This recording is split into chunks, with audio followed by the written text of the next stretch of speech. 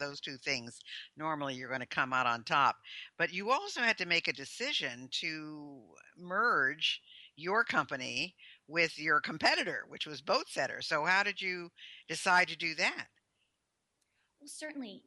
What's interesting when you have an emerging market, you tend to see a lot of players popping up as copycats. And growing organically is something that takes it takes time and it takes financial resources. And I wanted to find the way that would expedite our growth and secure our presence as the leader in the marketplace. And a natural way to do that is through mergers and acquisitions. So last June, we began the discussions and realized that the synergies between our companies were just amazing, and the teams were complementary. And as of September 15th, we announced the merger, and we're continuing to grow quickly and become the leader in this marketplace globally. Wow, that's fabulous. But what about, you said, I said in your intro that the millennial generation is really who you're aiming this towards. And I know that it's difficult to get to them in certain areas, although they are very much on social media. So I don't know, is that the way you're reaching them, or are you using other methods, or what's the best way to reach the millennial population? Well, certainly, I'm actually pleased to say that over 60% of our traffic right now comes from people under the age of 44, and about 40% of our traffic are under the age of 35, which, given the marine industry, the average age of a boat owner is 55 years old. And there are now two times as many people over the age of 60 as there are under the age of 40 who own boats. So we are absolutely reversing that trend. And the way we do that is that we leverage the internet extensively. And we also focus on a variety of social platforms.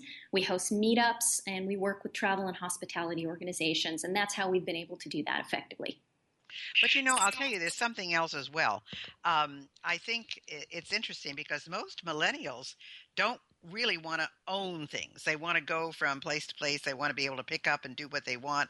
So it really is following the trend that the millennials have of, smaller homes or not owning anything, being able to pick up and move. And they don't really want to own a boat. They just want it for the pleasure when they want it. So you're really, zeroing in on what that population likes also. So that's very important. Well, let me ask you, because our listeners are mostly women.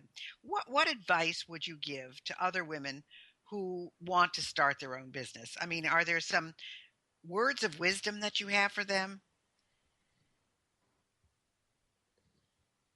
You know, you touched on it, Gail. You talked about hard work, persistence. I chalk that up to tenacity and not being afraid to have experiences with either positive or negative outcomes. It's about being fearless and believing in yourself, believing in your team. I think women have an innate advantage of being able to be leaders in a way that's nurturing, collaborative, supportive. And I encourage women not to try and box this, but own that and embrace. This is going to give you huge Jackie? advantages in Jackie? your Yeah, list. Jackie? Yeah. you're fading in and out again. I don't know what's going on. It Yeah. just started this last cycle. Can you go back to answering the question again? Jackie? I think we've lost her. Can you hear me? No, you're fading in and out real quick. Gail, you still there? Yeah, I'm here, but I can't really hear her. Yeah. Yeah. Can you call my cell phone? Is that the 415-940-8199? That's it. I'm turning it Okay. on right now. All right, I'm going to call you back on the cell phone here. We'll pick up that question again, Gail, in just a Okay, minute. no problem. All right. All right, Jackie, let's disconnect you. Done. Will we have enough time with... Yeah, I think we'll be okay. You're going to be a little tight, but we're going to make it short. I'm going to have to clean this pretty good. Okay. Okay, so...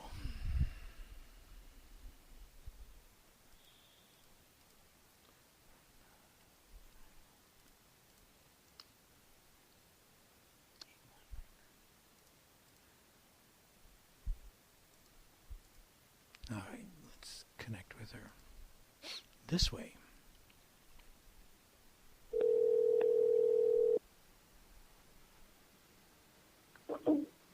Hello? Hello? Okay, Is this Jackie. any better? Yeah, this is much better.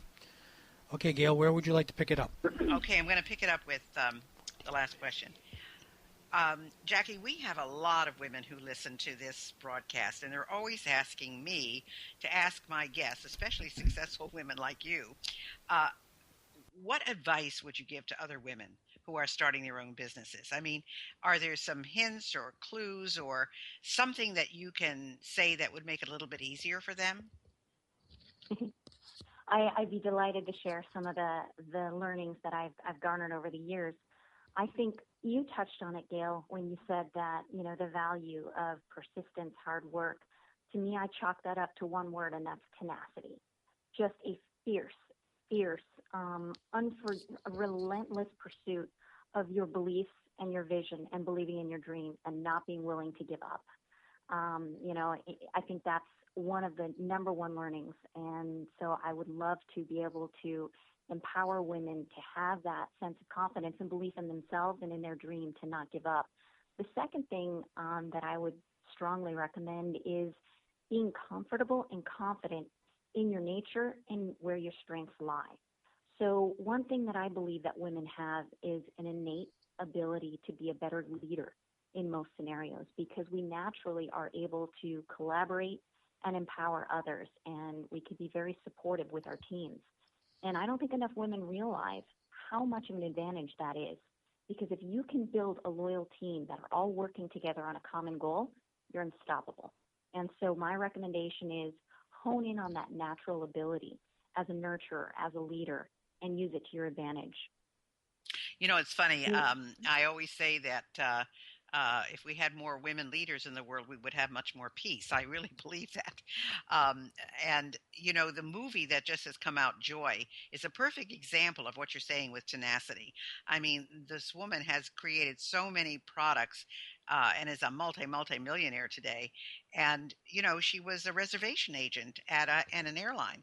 So it's really interesting that you bring that up. So I think tenacity is very important. No matter what happens to you, just keep in there pitching. So, um, what would you say are the you said that you talked about the sharing economy, and you said it's mostly driven by the millennials.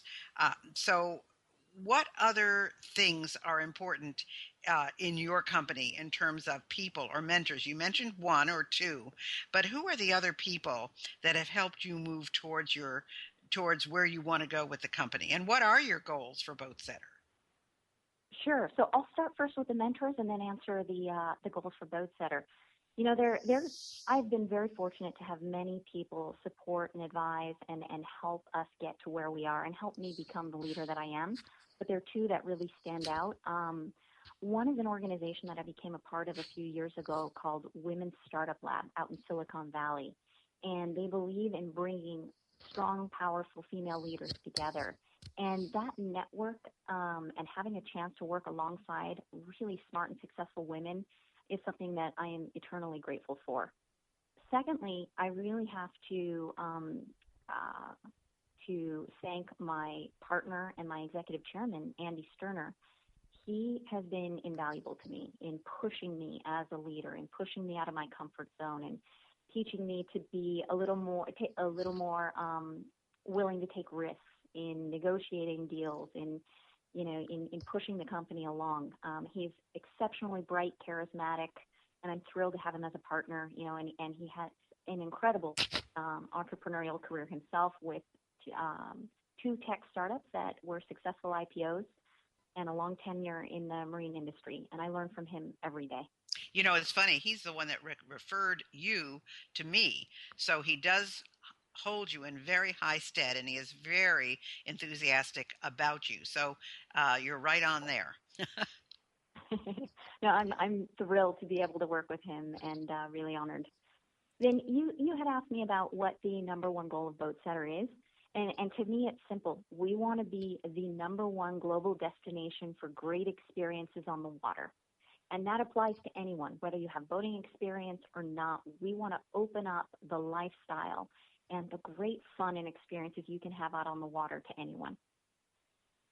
So are you requiring people to have classes? I mean, do you offer anything like that? I mean, I'm sure there are a lot of people who want to rent a boat who don't have a clue what they're doing because you have captains. But I mean, there Mhm. are people who take out their own, I mean, a boat by themselves or not.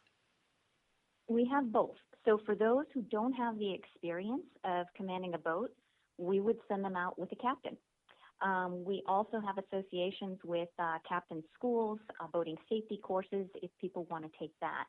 But to be able to go out with an experienced captain who know the waterways, who can customize the experience for you, creates great memories and encourages people to go out on the water again and again. So that's primarily how we address those that don't have boating experience.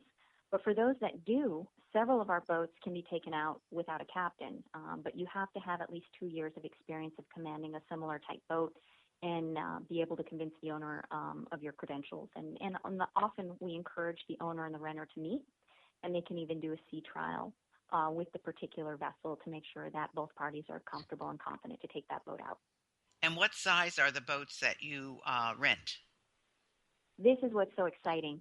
We range from 18 feet to over 80 feet. So anything that you can imagine, any experience that you want to have on the water, we can create for you. Wow, that's fantastic. I know. That sounds pretty neat.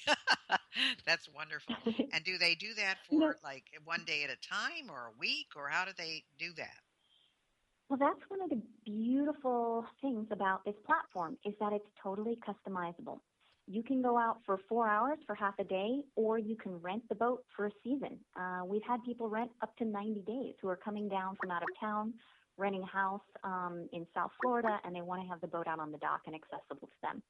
So it's whatever you can imagine and what you can get the owner to agree with you. So it's a negotiation. Well, let's tell people how to find you. So let's tell them how to reach you, what your website is, all of that.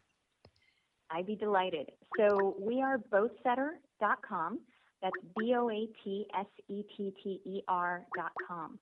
And Gail, I actually created a special code for your listeners. If people would like to get out on the water in honor of women's success in business, the code is women10 for 10% off any boating experience that you'd like. Wonderful. Code women 10. That's marvelous. So go to boatsetter.com and put in your code of women 10 and you'll get a 10% discount, which sounds pretty nifty to me. That sounds wonderful. Well, Jackie, you have just been fabulous, and I am just so proud of where you've come from, what you've done.